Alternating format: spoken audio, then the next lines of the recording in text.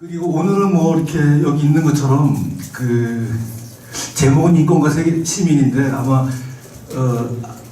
한국을 포함해서 아시아 전체의 인권 상황에 대해서 이 선생님께서 그 얘기해 주실 거예요. 그리고 근데 제가 방금 들어보니까 이 선생님은 여기 법무관이라고 되어 있던데요. 그 프로텍션이에요, 이름이. 그래서 법 관련돼서 아마 유엔난민기구 한국 사무실에서 그 일하시는데 그 처음에 그 JRS라고 예수의 난민 서비스가 있었습니다. 1990년대죠. 그래서 그때 거기서 일을 시작하셨대요. 그래서 그 뒤에 그래서 아마 예수의 신부님들도 많이 알고 계신 것 같아요. 그리고 그 뒤에 유엔에 들어가셔서 안 가본 나라가 없더라고요. 들어보니까 주로 남아시아, 그다음 수단 이런 데도 갔다 오시고 굉장히 경험이 많으시고 그리고 한국에 오셔서도 여러 가지 그 인권 신장에 대해서 많이 그 강연도 하시고 알리고 계시고 그런 상태입니다. 그래서 한번 같이 들어보죠. Very pleased to have you. Yeah, with great audiences. Yeah, she started. Thank you very much. It's translated. Oh, right, you have my PPT. Yeah, I have it. Yeah. On the screen? 여기다가 혹시 예, 컴퓨터에 할 겁니다. 예, 우리 번역 아니 뭐죠 통역자예요. 예, 정준민 수사님. Thank you very much. Good afternoon, everybody. Thank you very much for having me. So my name is Jane. I think Father Pak introduced me a little bit. I've worked for UNHCR since 2001. But before that, I used to work with the Jesuit Refugee Service in Cambodia. We had many Korean scholastics there, including Father Yong-soo. I think maybe you know him. So I have very happy memories of that time working with the Jesuits in Cambodia. And they had an expression, they had a motto at that time, to serve, accompany and plead the cause. And I put that there because I always found that very inspiring, very humble, that we are not just helping refugees, but we walk with them, we accompany them. Oh, sorry.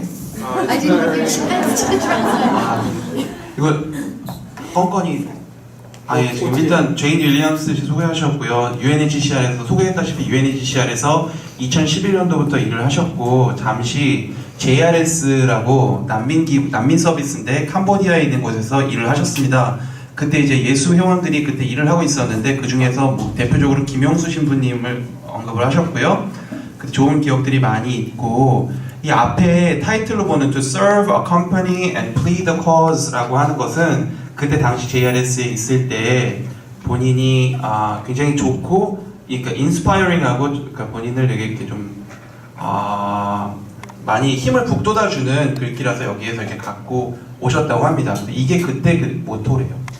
So I just want to say I'm so happy to be here today to speak at the Jesuit Human Rights Center because I feel like even though I've worked for the UN a long time, that was kind of my formation, was with that humility and dedication of the Jesuits. So I'm so pleased to be here. 여기 있어서 너무나 좋고 저희가 난민을 위해서 일하지만 본인이 여기서 일을 하게 된 그런 것들이 예수회의 humility와 what's that? humility? 겸손과 dedication, 겸손과 현신으로부터 많이 배웠다고 합니다. So I'm going to give you a bit of a history about UNHCR and international refugee protection. UNHCR과 국제 난민 보호에 대한 역사에 대해서 잠시 개관하도록 하겠습니다. But I'll just start with a short anecdote. This week I went to Jeju Island to see some of the refugees and the community on Jeju Island. 이런 이야기를 하고 싶은데 이번 주에 제주도에 가서 난민들을 만나볼 기회가 있었습니다. Because of course this year there's been a lot of very hostile feelings about refugees in Korea, especially after the arrival of the Yemeni group in Jeju. 예, 이번 올해 초에 어떤 난민들에 대한 어떤 증오 섞인 그런 태도들이 있었고 그것들은 이제 예멘 난민들을 포함하는 것일 겁니다.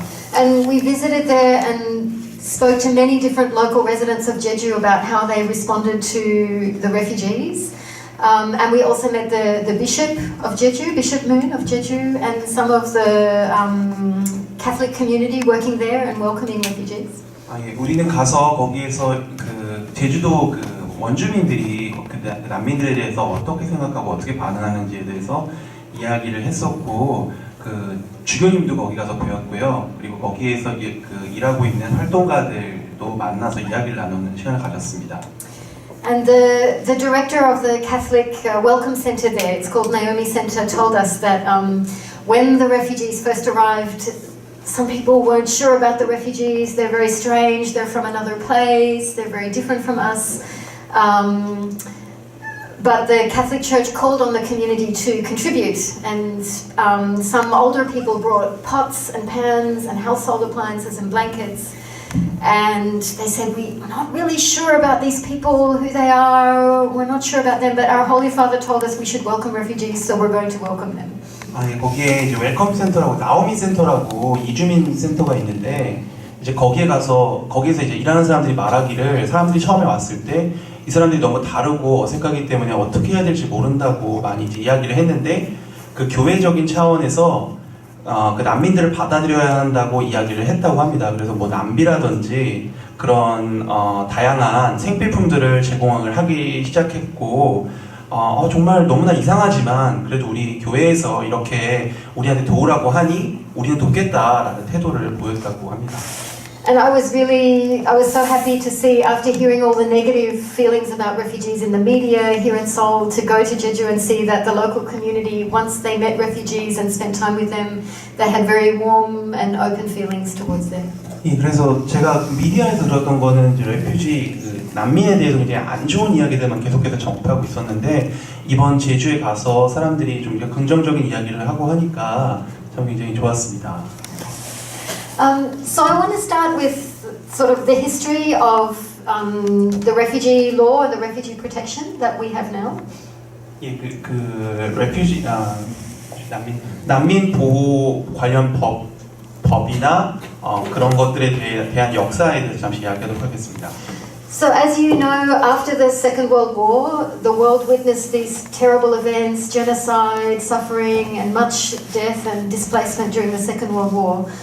And they formed the United Nations, and at that time there was a very strong drive to promote human rights and peace and find a better way for the countries of the world to live together. 2차 세계대전 이후에 많은 사람들이 갈 곳을 잃었고 그들의 집이 파괴되었으며 이제 안 좋은 일들이 많이 일어났었는데, 그 이후로 유엔이 만들어졌고 그 당시에서부터 어떤 인권이라든지 평화라든지 이런 문제에 대해서 급격하게 관심을 갖기 시작했습니다. So at that time, the Universal Declaration of Human Rights was passed. 예, 1948년 세계 인권선언 14조가 통과되었고요. And one of the articles of that Human Rights Declaration was Article 14 that said everybody should have the right to seek and enjoy asylum outside their country. 예, 특히 14조에서 이야기를 하는 게 누구라도 자기의 나라를 벗어나서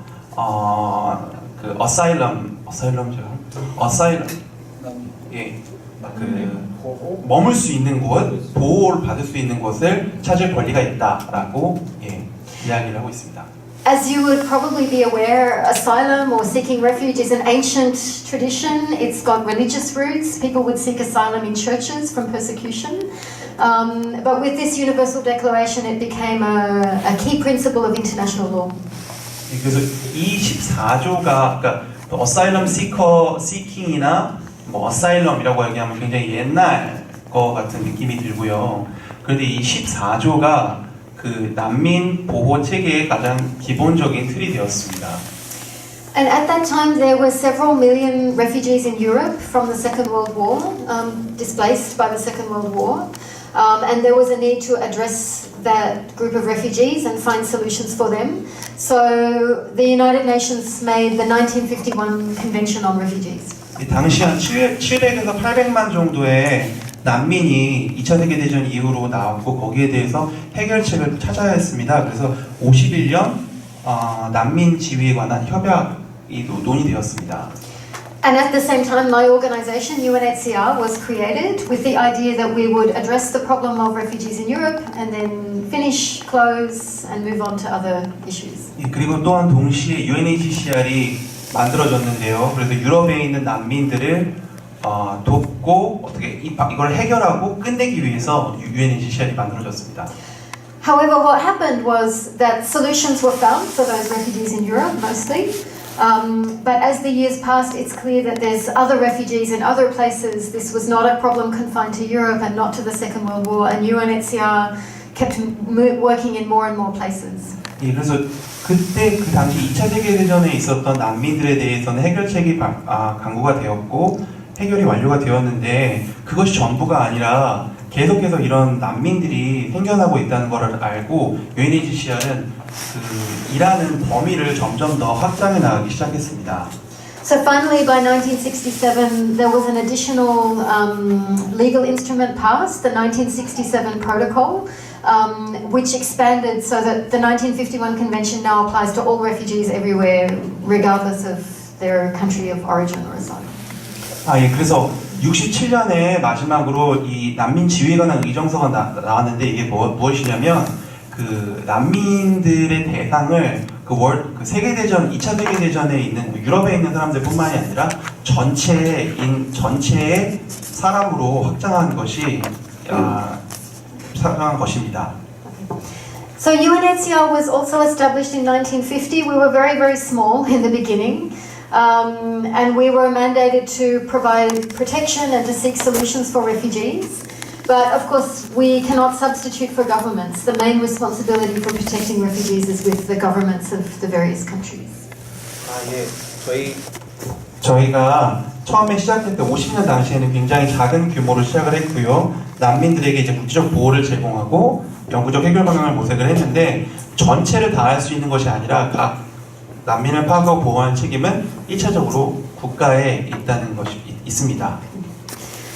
So in UNHCR helps in situations where a country is overwhelmed by very large numbers of refugees. So for example, in Lebanon, it's a very small country with a small population. It now has over 1 million refugees, mostly from Syria. So in those countries that have very large numbers, UNHCR will help to assist, mobilize international resources to help that country. 예, 예를 들면 레바논 같은 나라는 굉장히 작은 나라임에도 불구하고 시리아 난민이 주류를 이루는 약 한 100만의 난민을 100만의 난민을 지금 수용을 하고 있습니다. 그래서 그것을 한 국가에서 다 감당할 수가 없기 때문에 UNHCR에서 그들을 다른 곳으로 이주시키고 그들에 대한 해결책을 강구하는 것을 돕고 있습니다. In a country like Korea, we just have quite a small office because Korea's well-functioning government and they're able to provide refugee protection by themselves. So we provide some assistance and technical support to the government and we work with NGOs and local organizations too. 예, 한국 같은 경우에는 그러니까 난민들을 자체적으로 도울 수 있는 기반이 되어 있기 때문에 저희 오피스가 굉장히 작고요. 그래서 저희가 제공하는 거는 기술적인 도움을 준다거나 다른 국내에 있는 작은 사회 단체들과 같이 연합하는 일들을 주로 합니다. So as I mentioned, by 1950, our mandate only covered refugees from World War II. In 1956, there was the Hungarian refugee crisis, which was the first very big refugee outflux since the Second World War. Then by 1967, our mandate was expanded to a global mandate. 예, 제가 말씀드렸듯이 50년도에 처음 UNHCR이 그 2차 세계대전 난민에 대해서 어떻게 보호와 해결책을 강구할 것을 받았고요. 56년에 헝가리에서 많은 레퓨지들이 나오는 사건이 있었습니다. 그리고 아까 67년에 마지막에 그 이야기했듯이 이게 2차 유럽뿐만 아니라 전 세계로 확장되었습니다. Yeah. So we would like to be smaller, but the number of refugees keeps growing. 예, 저희는 작게 운영을 하고 싶지만 난민들이 점점 더 많아져서 어쩔 수 없는 현실입니다. This is a kind of overview of the global refugee population. Currently, there are more refugees than at any time since the Second World War. 예, 이게 지금 그 난민들의 숫자인데요. 지금 현재 그 2차 세계대전 이후로 가장 많은 수의 난민이 있습니다. UNHCR's estimate is that over 68 million people in the world have been forced to leave their home. 예, 저희가 예측하기에는 6,800만 정도의 난민이 자신의 국가를 떠나도록 압력을 받고 있습니다. So some people cross an international border and some people are displaced within their own country. So internally displaced people displaced within their country is a very large number. It's about 40 million people. 예, 누군가는 국가의 그 국경을 넘어서 도망가지만 어떤 사람들은 국내 실향민으로 남아있는 경우가 있는데요. 이 국내 실향민의 경우에 숫자가 굉장히 큽니다. 한 4천만 정도 됩니다. And the number of refugees, that's people who've crossed a border and entered another country, is about 25 million. 예, 그래서 국경을 넘어가서 다른 나라로 이주한 사람들은 2,500만 정도. And the global refugee crisis is characterized by great imbalance. If you look in the middle, sorry, it's not very clear, but there are 3 countries that produce over half of the world's refugees. So South Sudan, Afghanistan, and Syria. 예, 잘 보자.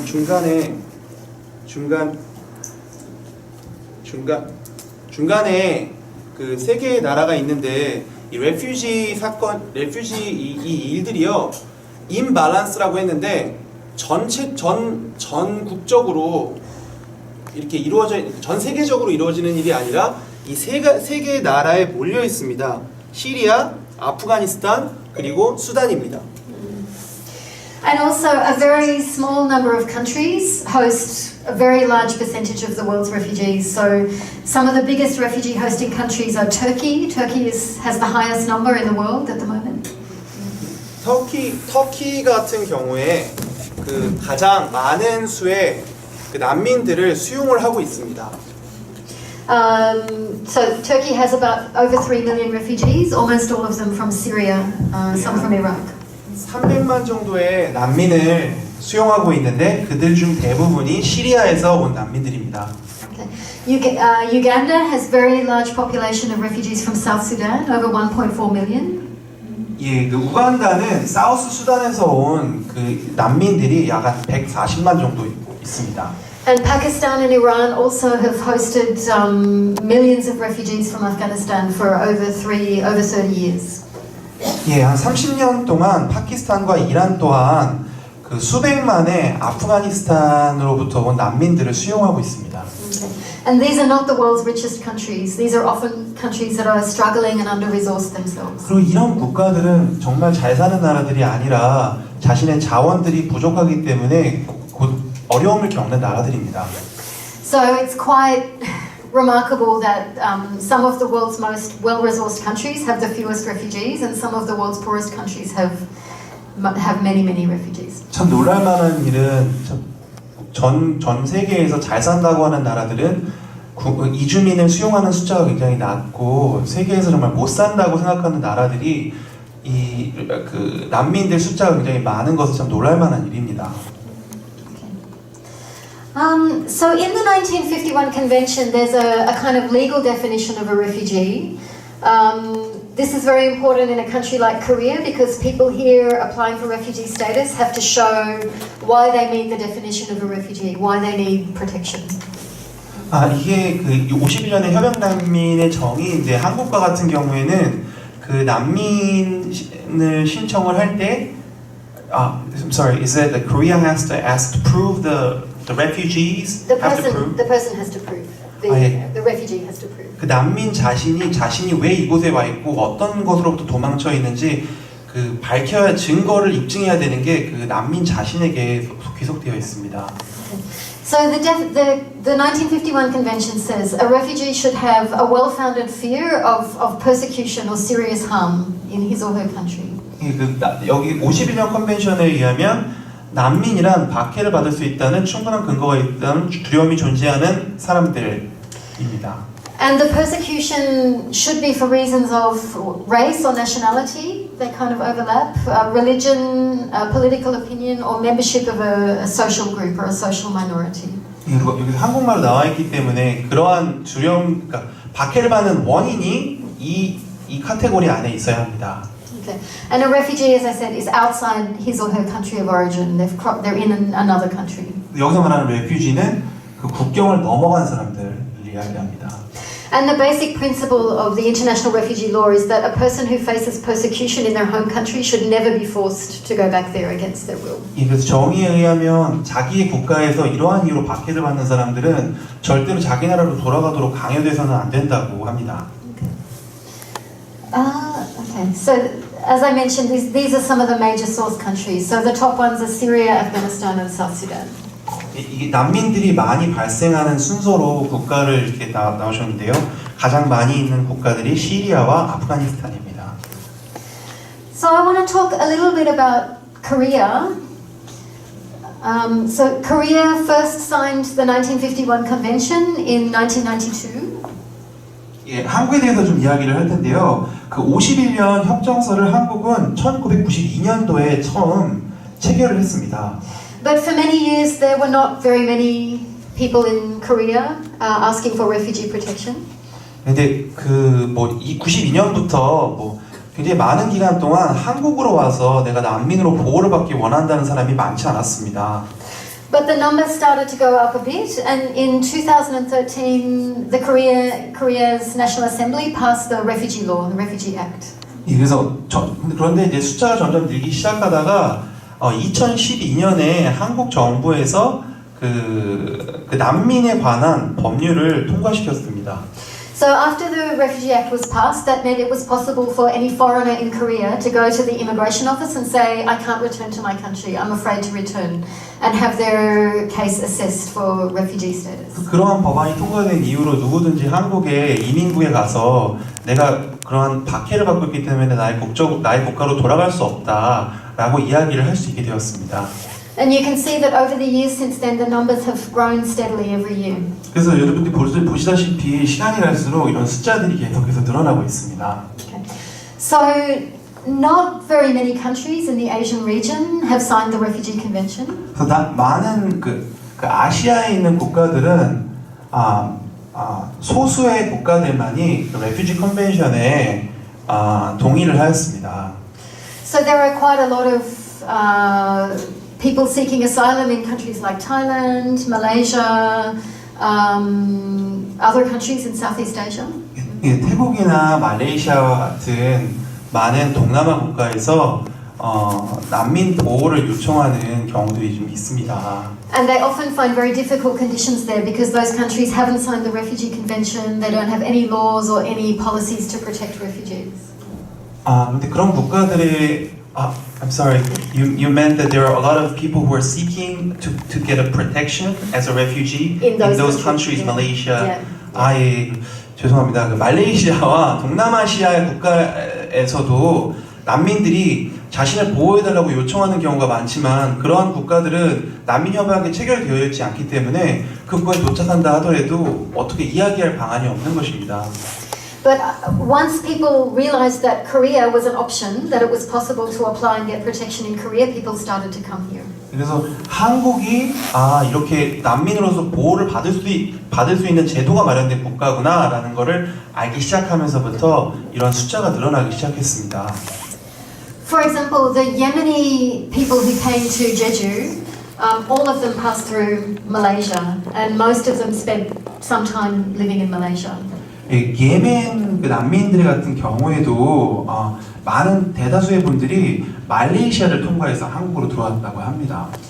But in Malaysia there are no laws to protect refugees. There's no process to apply for. They're not allowed to work. They're not allowed to access any public services.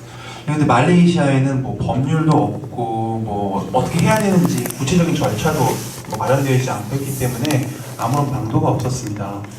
So earlier this year, when some of them heard that it's possible to enter Korea through Jeju Island and apply for refugee status, people started to come. 그래서 올해 초 같은 경우에 제주도 같은 경우에 아무 어떤 절차 없이 이렇게 들어올 수 있고 이런 난민을 신청할 수 있고 이런 걸 알기 시작하면서 제주도에 많은 사람들이 들어왔습니다. So the total number of people who've applied for refugee protection in Korea since '94 is this. It's 46,000, over 46,000. But of those, only 870 have been given a refugee status.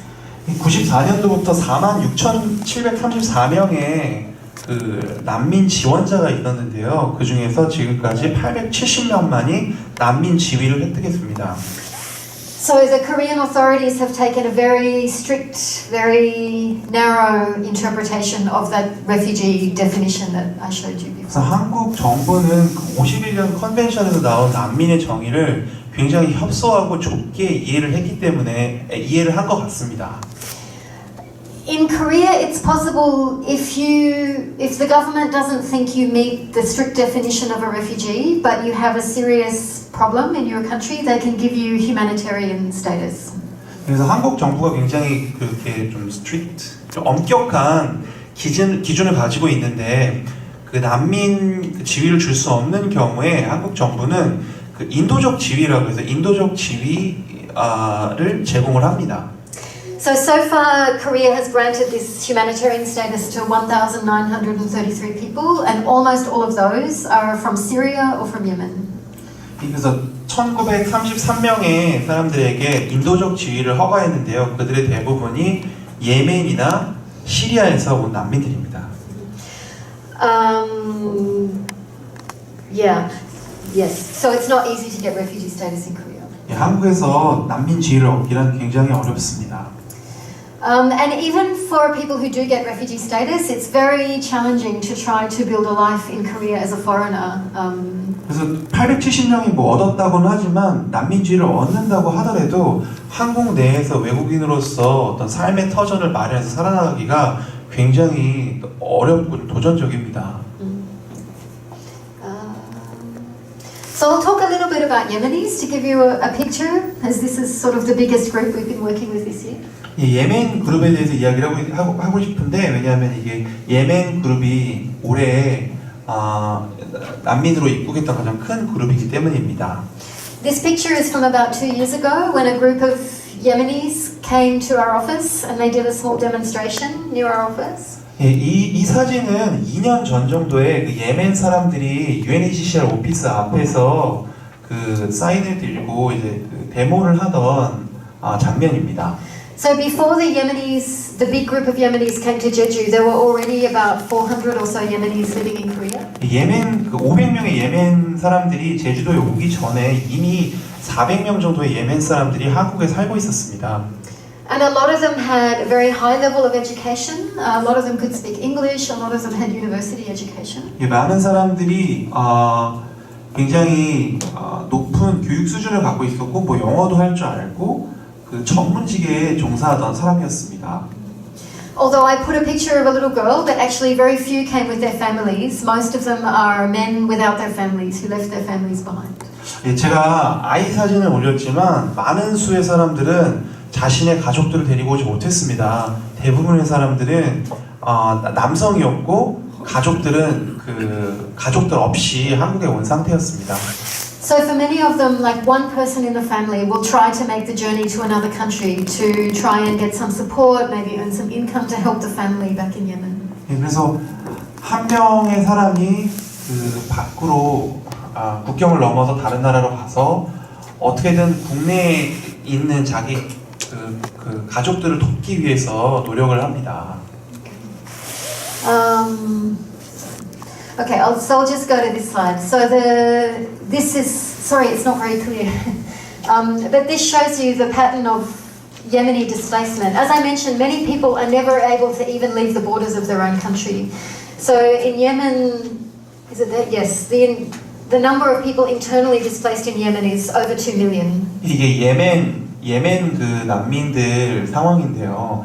많은 사람들이 국경을 넘지 못합니다. 그래서 국내 실향민 같은 경우에 200만이라는 숫자가 국내에 고향을 잃은 채로 있습니다. So I'm sorry, the picture isn't very clear, but Yemen is actually a peninsula, a little bit like Korea, but a bit wider. 그 지금 그림에서는 자세히는 볼 수가 없는데 예멘은 반도입니다. 한국과 같은 반도의 모양을 가지고 있습니다.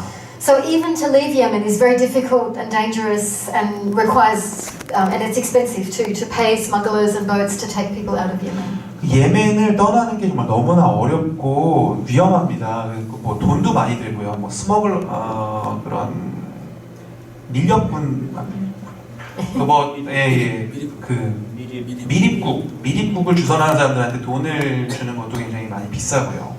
Okay, and as I mentioned, some, about nearly 3,000, have found their way to Malaysia, but they have so few rights there that, again, some of those tried to find other countries where they could get better treatment. 예, 그래서 2,830명 정도의 예멘 사람들이 말레이시아로 일단은 도망을 갔는데요. 거기 말씀드렸듯이 법도 없고 절차도 없었기 때문에 다른 곳으로 다시 재이주를 시작했습니다. And the situation in Yemen is really terrible. The country is very close to famine. There's food shortages. It's not safe to move around the country to different places. 예, 예멘의 상황은 생각하는 것보다 훨씬 더 비참합니다. 기아에 시달리고 있고 국가 내에서 이곳저곳으로 이동하기에도 너무나 장애가 많습니다. So for Korea, it was a very strange thing to suddenly have these people from this very far away country that they knew very little about to come and be in Korea. 예, 한국으로서는 아마 굉장히 당황스러운 일일 겁니다. 이렇게 멀리 있는 국가, 예멘이라는 국가에서 한국으로 와가지고 도움을 구한다는 일이 말입니다. But the Yemeni people on Jeju told us, you know, we read in the media about this hostility to refugees, but we didn't see it. People were kind to us. People helped us. People welcomed us. 예, 제주에 있는 예멘 사람들이랑 이야기를 했을 때는 예멘 사람들이 미디어에서 그 난민에 대한 어떤 그런 악감정이 많다고 들었지만 제주에 사는 사람들이 자신을 환영해 주었고 도와주었고 맞아 주었다고 이야기를 했습니다. So in my experience, people don't like refugees when they haven't met one. 제 경험상으로는 사람들이 난민들을 싫어하는 경우는 난민들을 만나보지 않았을 때인 것 같습니다. But once people meet refugees and spend time with them and break bread with them, they start to feel more comfortable and realize the common humanity.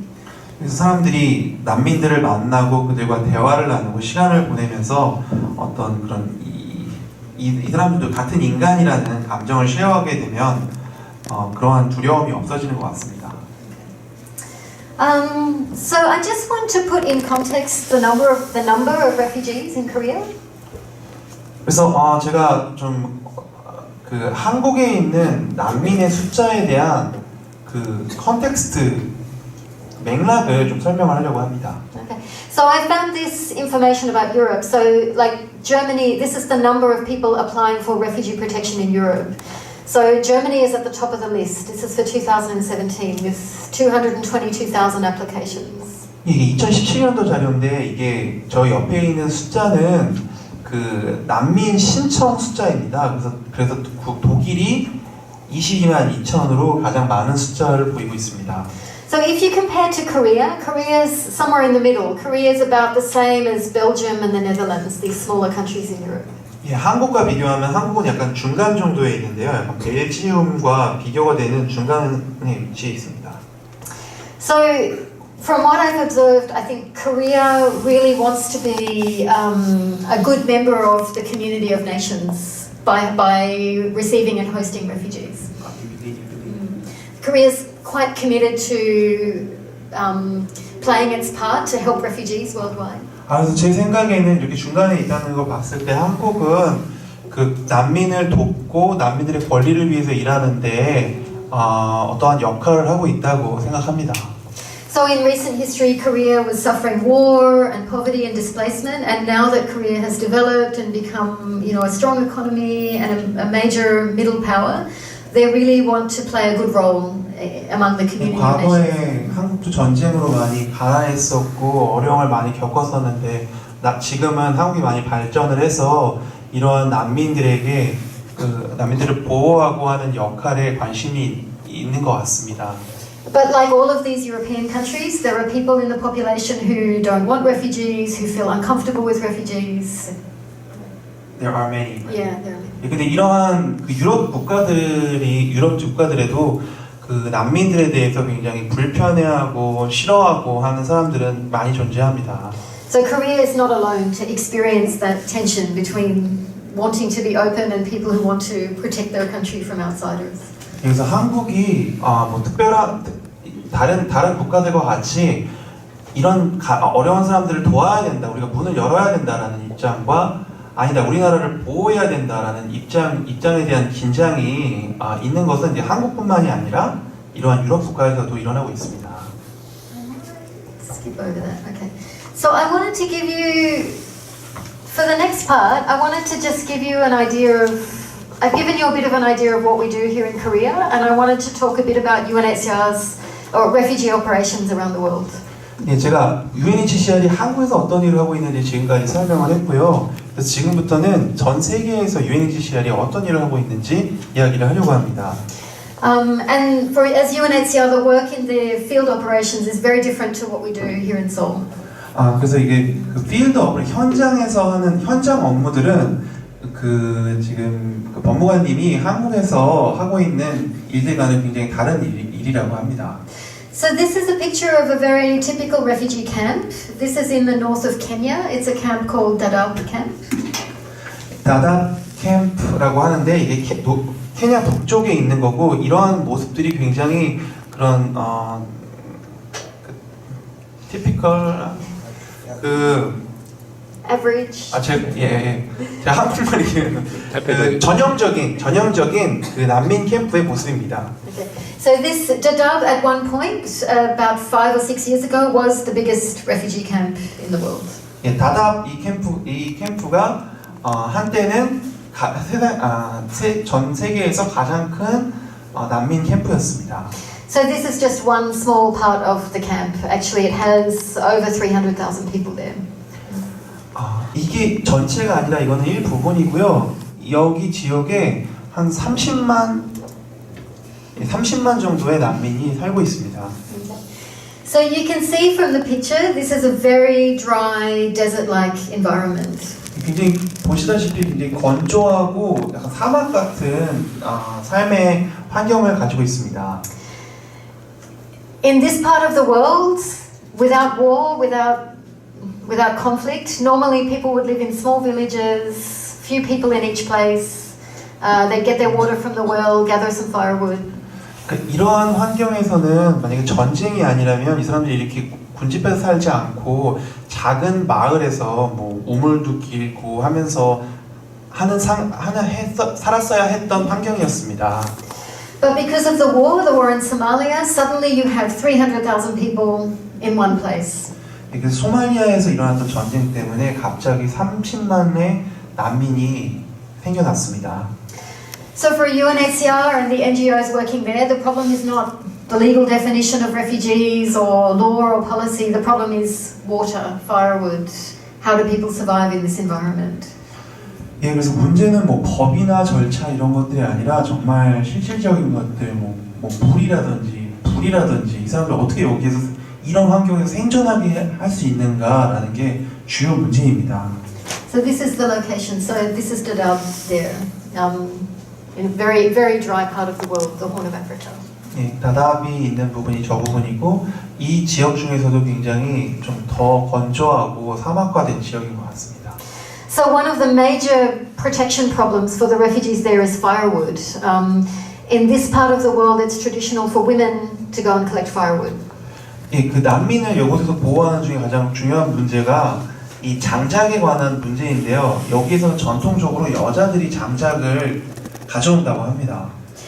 Because there's so many people living in one place, the women have to go further and further every year because there's no trees. You can see from the picture, there's hardly any trees around. So it's very difficult to find enough firewood. 그래서 이제 문제는 굉장히 많은 사람들이 한 곳에 밀집해서 살기 때문에 이 여성들이 나무를 가지고 가기 위해서 점점 더 먼 지역으로 이동을 해야 된다는 사실입니다.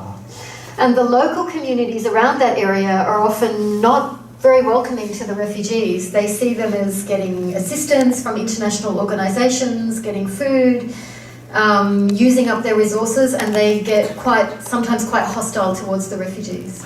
그래서 이곳에 있는 현주민들은 이 사람들 이런 그 난민들에 대해서 굉장히 달갑지 않은 시선을 보내고 있는데요. 이들이 그 국제 기구에 대해서 도움을 받고 있고 이런 자원들을 본인들이 다 이렇게 사용을 하고 있기 때문에 이들에 대해서 인식이 좋지 않습니다. So sometimes women are attacked when they go outside of the camp to collect firewood, and if they have to go further and further away, the risk of attack gets higher. 예, 그래서 이러한 여성들이 나무를 장작을 가지러 갔을 때 공격을 당하는 경우가 많고 점점 더 멀리 떨어진 곳으로 이동을 할수록 공격을 당할 가능성이 점점 높아집니다. So for us working in this area, the big problem is how do people get enough fuel, how to keep the women safe, how to not deplete the local environment, and how to keep good relationships with the local people.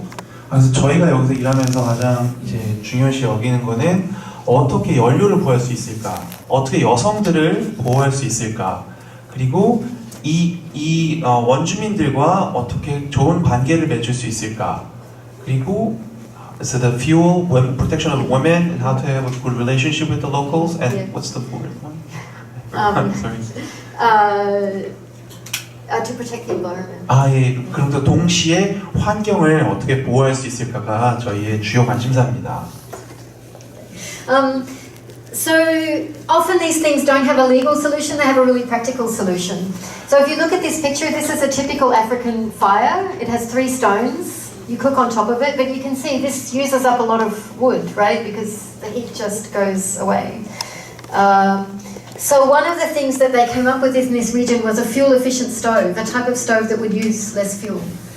그러니까 이러한 경우에 무슨 뭐 법적인 해결책보다는 진짜 실질적인 대안이 필요한데 앞에 보셨던 사진이 이분들이 전통적으로 사용하는 그 스토브의 방식인데 옆에 바위 옆으로 이렇게 뚫려 있어가지고 열 효율이 그렇게 좋지 않습니다. 그래서 지금 보이는 이제 스토브가 이제 개발을 한 게 열 효율을 이렇게 잘 전달할 수 있게 만든 그 스토브입니다. 화로입니다. 화로. So this stove, it uses less fuel, so that women don't have to collect as much. And also by producing that stove in the camp, it can generate some income for the refugees and give an activity for the refugees. This coal? Use coal? No, sorry. By producing the stove, they make it in the camp, and they can earn some money by selling it, the stove itself. 예, 이러한 스토브를 그 캠프 내에서 난민 캠프 내에서 제작을 하면서 그 돈을 일정 수준의 수입을 만들 수 있고, 그래서 일단 여자들이 밖으로 나무를 멀리 가지러 가지 않아도 되도록 하려고 하고 있습니다. And in my experience working in this region, it helps a little bit. It's welcome, it helps a bit.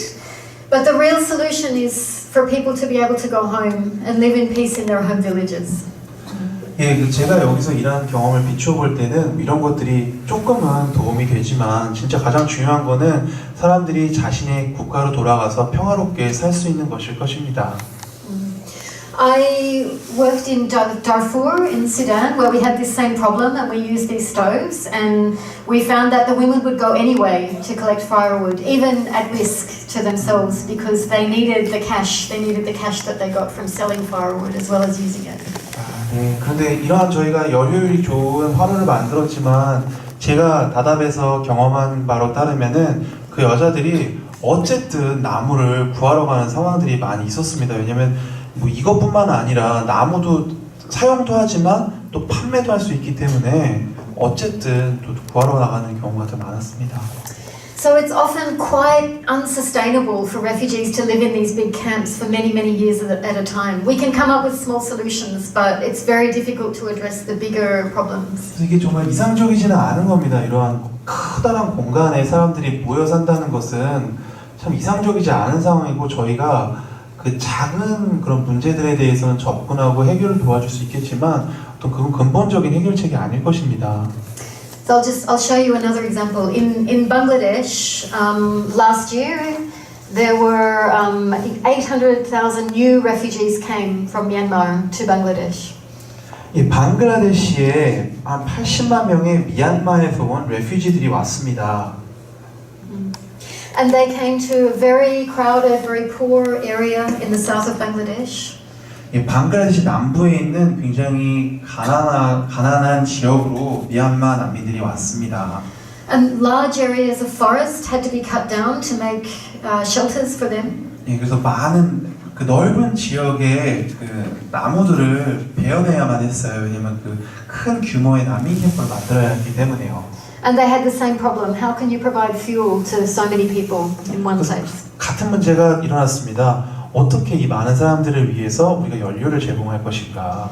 So to help preserve the local environment, the organisations working there have introduced natural gas. So they're distributing natural gas to those refugees as a more efficient and more environmentally friendly form of energy. 예, 그래서 여기서 이제 제공했던 그 해결 방안은 그 나무 대신에 천연가스를 제공을 하는 거였습니다. 그 천연가스가 좀 더 효율적이고 그 자연 보호에 도움이 되는 방법입니다. I'll just show you another scene from a refugee camp. This is in Tanzania. 탄자니아에 있는 레퓨지 캠프의 모습을 보여드리겠습니다. And you can see they have very, as with the other camps, very temporary shelters. It's just some bamboo and some plastic sheets. 예, 보시다시피 이거는 정말 그 어떤 뭐 굉장히 짧은 기간 동안 살고 있는 단기 거주 시설이고요. 뭐 플라스틱이나 어떤 그 대나무 재질로 이렇게 만들어져 있습니다. And very often in a country receiving large numbers of refugees, the government will say, okay, they can stay, we're not going to force them back, but it's temporary. They can't stay here permanently. 아니, 그 많은 경우에 많은 난민들이 그 국가에 들어오게 되면은 국가에서 이제 이야기를 하는 것들이 좋다. 당신들은 여기에 머물 수는 있지만 계속해서 머물 수 있는 것은 아니고 단기 기간 동안만 우리나라에 머물 수 있다라고 이야기를 합니다. And often the land is very limited, so people cannot farm, they cannot have more space for their families. 그래서 종종 그 제공되는 땅의 규모도 그렇게 크지 않기 때문에 뭐 농사를 짓는다거나 그 땅을 뭐 활용한다거나 이런 일들은 전혀 할 수가 없습니다. This here is a toilet, some kind a toilet used by the families nearby. 예, 저 조그만 기다란 저 건물이 그 주변 가족들에게로부터 가족들이 이용하는 화장실입니다. So for privacy and safety, ideally every family would have their own bathroom near their house, but often because there's no room or because the authorities don't allow it, many families may end up using the same facility. 예, 그래서 뭐 프라이버시 그 어떤 개인 사생활이나 어떤 안전을 위해서는 각 가족당 하나의 화장실이 제공되어야 되기 때문에 되어야 하겠지만 그 국가나 이런 곳에서 그런 것들을 허용해주지 않기 때문에 종종 많은 가족들이 하나의 화장실을 공유해서 사용합니다. And this is a really typical water point. Maybe some of you might have travelled and seen this kind of thing. This is in Zatari camp in Syria. In Jordan, with Syrian refugees. 예, So Syrian refugees in Jordan. 예, 이게 뭐 굉장히 많이 사진들을 보셨을 것 같은데요. 이 사진은 그 요르단에 있는 시리아 난민들의 모습입니다. With Syrian refugees, many of these people may have lived in apartments and had water in their houses the same way we do before the war, but they're adjusting to this new life in the refugee camp. 이 시리아 난민들 또한 전쟁이 일어나기 전에는 자신의 거주지에서 아파트나 이런 거주지에서 뭐 물이나 연료나 걱정이 없게 살았는데 이곳으로 이주를 하면서 이러한 환경에 적응을 해야만 했습니다. It's very important in designing the refugee camp to see whether the most vulnerable, the most needy people are closest to the services, closest to like water or food distribution. 예, 그 레퓨지 캠프, 난민 캠프를 이게 그 디자인하는 데 있어서 이제 가장 중요한 거는 가장 약하고 힘 없는 사람들이 물이나 어떤 음식이나 이런 소스에 이러한 그런 제공처에 가장 가까이 배치되는 것입니다. And refugees often are really well organized in their own community. An example is in the refugee camps in Thailand on the border with Myanmar. They organized groups of young people to help the elderly collect food because they would have to carry maybe 15 kilos of rice, and the elderly people cannot carry that much to their house if it's a bit far, and they would help each other. They would have a system for younger people helping older people. 예, 그 레퓨지 그 사람들이 난민들이 자체적으로 굉장히 잘 구성된 공동체를 이루고 있습니다. 뭐 예를 든다면 미얀마 국경을 접하고 있는 그 태국에 있는 난민 캠프를 예로 들 수 있는데요. 나이가 많은 사람들이 물이나 음식들을 이렇게 막 짊어지고 먼 곳으로 갈 수가 없기 때문에 자체적으로 더 젊은 사람들이 나이가 든 사람들을 위해서 이러한 서비스를 제공하는 등의 어떤 해결 방안을 자체적으로 강구했습니다. And I put this picture here to show a totally different physical environment. This is in Lebanon, I think, in Lebanon. 예, 레바논의 사진인데요. 이 사진을 이제 놓은 이유는 제가 정말 다른 환경의 그 난민 캠프를 여러분에게 소개해드리고 싶었기 때문입니다. And here we have the same problem. The government doesn't want people to stay permanently, so they don't really allow building permanent structures. So people are stuck living in tents or very temporary structures, even in winter conditions like this. 예, 같은 문제가 있었는데요. 결국에는 이들도 이 레바논에 머물기를 원했지만 정부에서 오랫동안 머무는 건 안 되고 단기만 머물러라 라고 했기 때문에 어떤 좀 견고한 건물이 아닌 이러한 텐트, 이렇게 눈이 오고 추운 경우에도 텐트와 같은 임시 거주 시설에 머물 수밖에 없다는 점입니다. So Syrian refugees, when they first started to come out of Syria, they really hoped that it would just be a short time until the war stopped and they would be able to go back. So they didn't go far. They went to neighboring countries. 그래서 시리아 난민들이 처음에 이제 국경을 넘어가야겠다라고 했을 때 그들이 희망했던 거는 내가 잠시만 다른 나라에 갔다가 우리나라 전쟁이 끝나면 돌아와야겠다라는 희망을 갖고 있었습니다. 그래서 초반에는 시리아 주변에 있는 국가들로 많이 국경을 넘어갔습니다. But as the time went past, it became clear the war was not ending soon, and people started to use up all their savings and their resources, and that's when we started to see people trying to go to Europe, across the Mediterranean.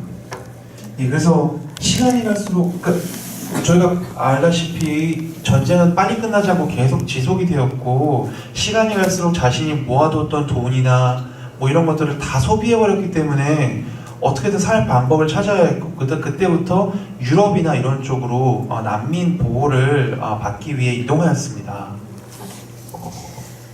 One of the things that UNHCR does that is to try to help people to have identification documents, because often people flee with nothing. They can't flee with any of their possessions.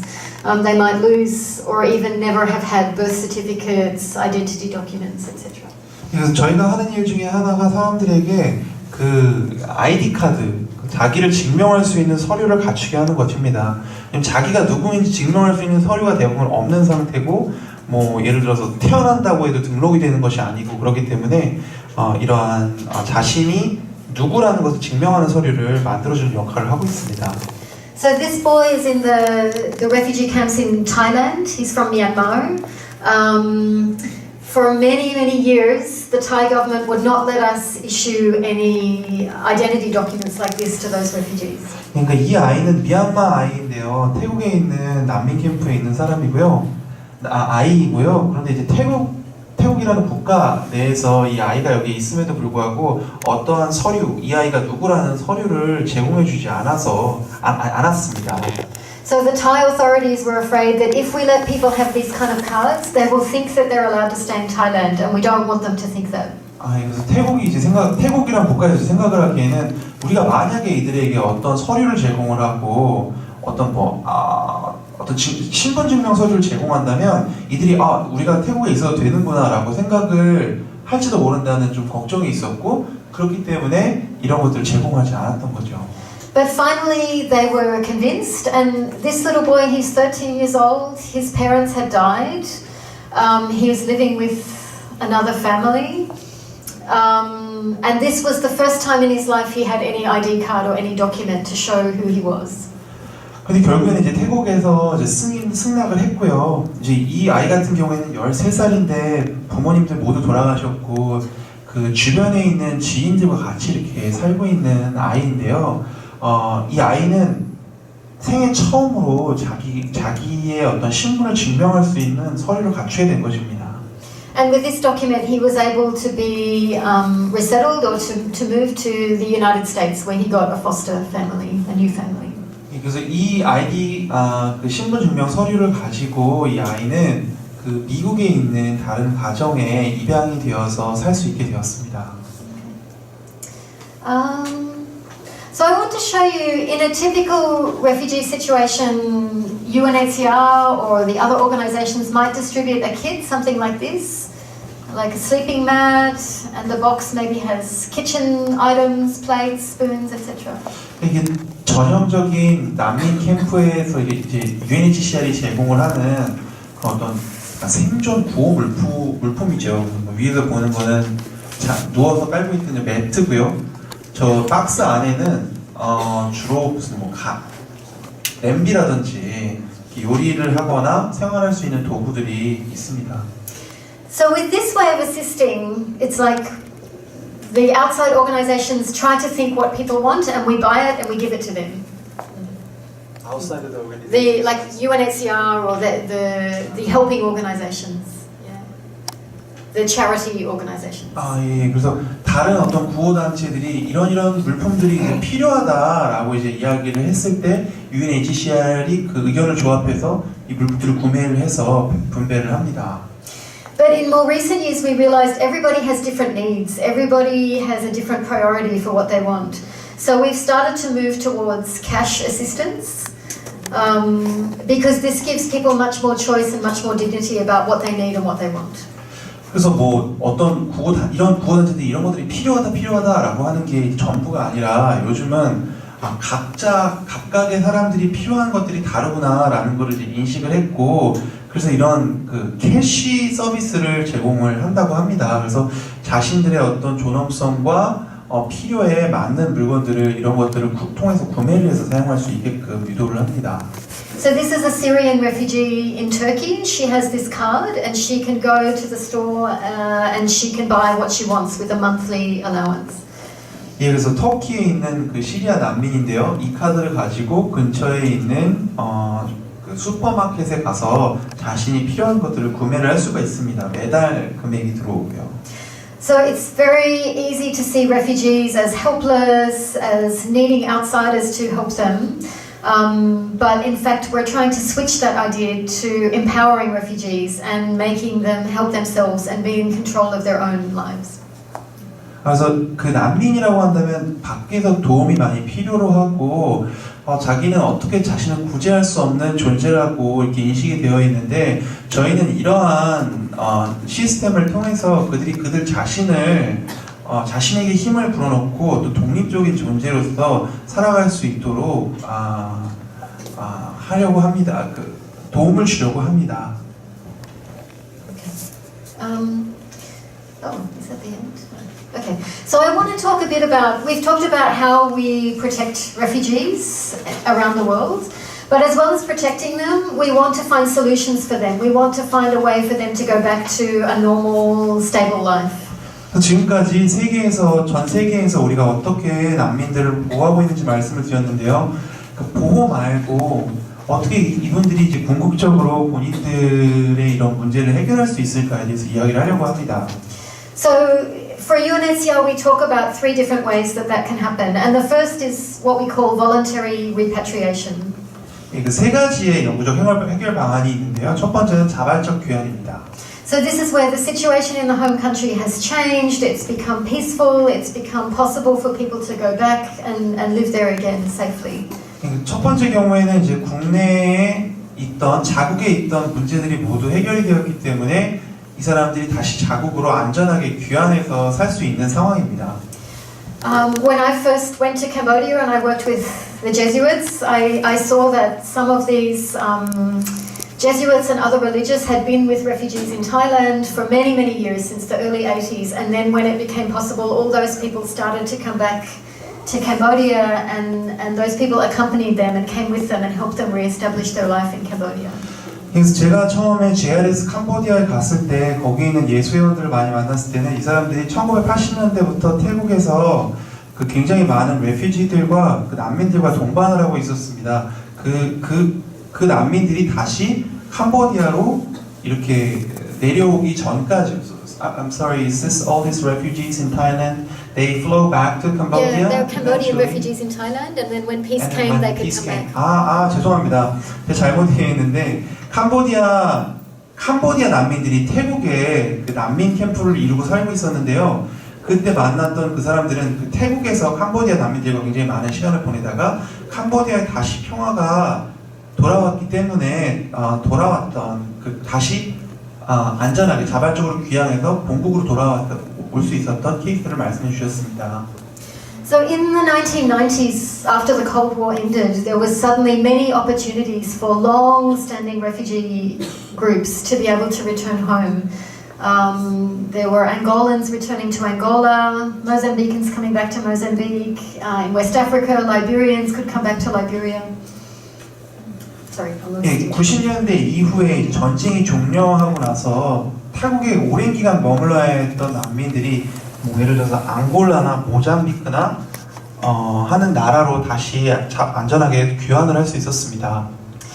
But many of the refugee groups we have now, there's very little prospect at the moment of returning, for example, for Syrians. 그래서 하지만 지금은 시리아 난민들처럼 자국으로 자발적으로 귀환할 수 있는 확률이 굉장히 많은 난민들이 좀 많이 있습니다. In the early 2000s, UNHCR tried to help Afghans to return after the Taliban fell and the US invasion of Afghanistan. But the instability and the conflict in Afghanistan continued, and now there are still many Afghan refugees in Iran and Pakistan. 예, 그 2000년대 초반에 그 아프가니스탄 그 난민들을 거기에 이제 탈레반 그 상황이 종료되고 그런 다음부터 그 귀국을 하도록 도우려고 했지만 그 나라 자국에 아직까지도 이렇게 좀 안정적이지 않은 상황이기 때문에 많은 아프가니스탄 난민들이 이란 지역에 Afghanistanis stay in Iran and Pakistan. 이란과 파키스탄 지역에 머물고 있습니다. The second one is local integration. So sometimes an asylum country will allow a group of refugees to have permanent stay in their country. 두 번째는 현지 사회 통합인데요. 어떤 경우에는 그 난민 보호를 해주는 국가들이 그 난민들로 하여금 그 자국의 국적을 취득할 수 있도록 자국의 영구적으로 머물 수 있도록 허가를 해줍니다. So, for example, Tanzania in Africa hosted very large numbers of Burundi refugees for many years. And at a certain point they said, you're welcome, you can stay. We will give you citizenship, you can be part of our country. 예, 그 탄자니아 같은 경우는 그 하나의 좋은 예인데요. 부룬디에서 온 난민들이 많이 있었고 한 일정 시간이 지난 다음에 탄자니아에서 부룬디 사람들에게 우리나라의 국적을 취득해도 좋고 여기에 머물러도 좋다라고 이야기를 한 케이스가 있습니다. And the third one is resettlement or third country resettlement. So this is what happens when, for example, refugees go to the United States or to Canada or Australia. It's usually the developed countries. 제3국 재정착 같은 게 이제 마지막 해결 방안인데 예를 들면은 미국이나 캐나다 같은 나라로 재정착한다. 그래서 이제 좀 선진국에 정착하는 게 그 제3국 재정착 케이스입니다. But the number of countries offering places is small, so it's usually around maybe 100,000 a year might get a chance to do that out of 25 million refugees. So it's a very small opportunity. 근데 그 나라들에서 이제 제공하고 있는 숫자들이 이제 굉장히 작습니다. 예를 들어서 한 10만 정도의 자리가 있다고 한다면 한 25만 명의 10만 정도의 레퓨지를 재정착을 받아들일 수 있는데 전 세계적으로는 2,500만의 그러니까 난민들이 존재하는 것이죠. Okay. Sorry, I'll just bit. So you may, I don't know if you know, but traditionally that resettlement is for, the sort of big Western countries, the US, Canada, Australia, and Europe. But Korea also has started its own program, a very small one, of accepting refugees to come and live in Korea. 그러니까 좀 전통적으로 그 재정착을 받아들이는 국가들은 유럽이라든지 미국이라든지 캐나다라든지 이런 나라들이었는데 한국이 최근에 굉장히 작은 수이긴 하지만 그 작은 수의 사람들을 재정착을 돕는 프로그램을 만들었습니다. So this is a picture of the very first group that arrived in Korea in 2015. 이 사진에서 보는 그 사람들이 2015년도에 한국에 도착한 난민들입니다. So they were Myanmar refugees who had been living in Thailand for a long time, many decades. And Korea offered 30 places per year over a 3-year period. So this was the first group of 30. 예, 그 미얀마의 이 사람들이 이제 태국에 거주하고 있는 이제 미얀마 사람인데요. 이제 한국이 아마 2015년부터 1년에 30명씩 3년에 걸쳐서 이러한 그 재정착 프로그램에 맞는 사람들을 선정하는 것 같습니다. Okay. So these families are now living in Incheon. The parents are working in different factories. The children are going to school. The children are all very fluent in Korean now. 예, 이 가족들은 인천에 지금 거주를 하고 있고요. 이제 부모들은 이제 공장에서 뭐 일을 하고 이 아이들은 지금 굉장히 한국말에 능숙하다고 합니다. So I think that's the final. Yeah. I'll just mention very briefly. I mentioned in the beginning that the global refugees, the number of refugees is very unbalanced. Very large numbers live in only a few countries. 제가 초반에 말씀드렸듯이 그 난민들이 이제 난민들이 발생하는 국가들이 전 세계적으로 펼쳐져 있는 게 아니라 굉장히 소수의 지역에 집중되어 있다고 말씀드렸습니다. So this month in December at the General Assembly in New York, it's expected that a new global agreement on refugees will be agreed. 그래서 올해 12월에 그 뉴욕에 있는 그 총회에서 그 새로운 그 난민을 위한 보호 체계에 대해서 협의를 합니다. I'm sorry, the translation was supposed to be there and it's not there. It's my mistake. Sorry. And this agreement says that we can no longer continue to have just a few countries carry all the burden. Everybody has to share the burden together. 그래서 여기 이 글로벌 컴팩트의 골자는 그 아주 소수의 국가들이 이 모든 그런 난민들을 짊어져야 해서는 안 되고 우리가 전체적으로 전 세계적으로 이 문제에 대해서 서로 참여해야 된다는 것입니다. And especially the wealthiest countries, the countries with the most resources, should be contributing more funds, but also more places, more opportunities for refugees to have a safe place to stay. 그래서 그 세계에 있는 세계에 있는 많은 부유한 국가들이 물론 돈뿐만 아니라 이런 난민들이 정착할 수 있는 자리도 제공을 해야 되고 이 많은 기회들이 주어질 수 있도록 일해야 된다는 것입니다. And also, it's supposed to address the problem that some refugee situations will get a lot of attention, a lot of assistance, if they're in an area that's interesting for the powerful countries, whereas others, for example, somewhere in Africa, will get very little resources or assistance. 문제는 굉장히 흥미로운 국가들, 이렇게 봤을 때 이거는 굉장히 흥미롭다라고 이제 여겨지는 이제 국가들에게서는 그 돈이나 관심이 이제 몰리게 되는데 예를 들어서 아프리카에 있는 아무도 관심 갖지 않는 지역에는 많은 관심을 갖지 못하는 거죠. Okay. But as with everything coming from the high level of the UN in New York, it's a lot of words.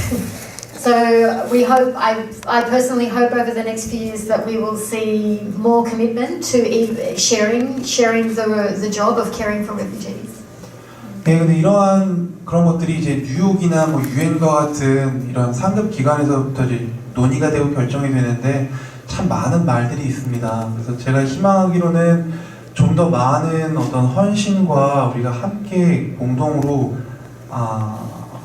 이렇게 나누어서 해결할 수 있는 방안이 마련되기를 희망합니다. So that's the end of my presentation, but please feel free to ask me any questions or share any thoughts. Thank you. 그래서 이걸로 이제 프레젠테이션을 마치겠고요. 어떤 질문이나 어떤 생각이나 코멘트나 이런 것들 있으시면 잘 나눠주시면 좋겠습니다.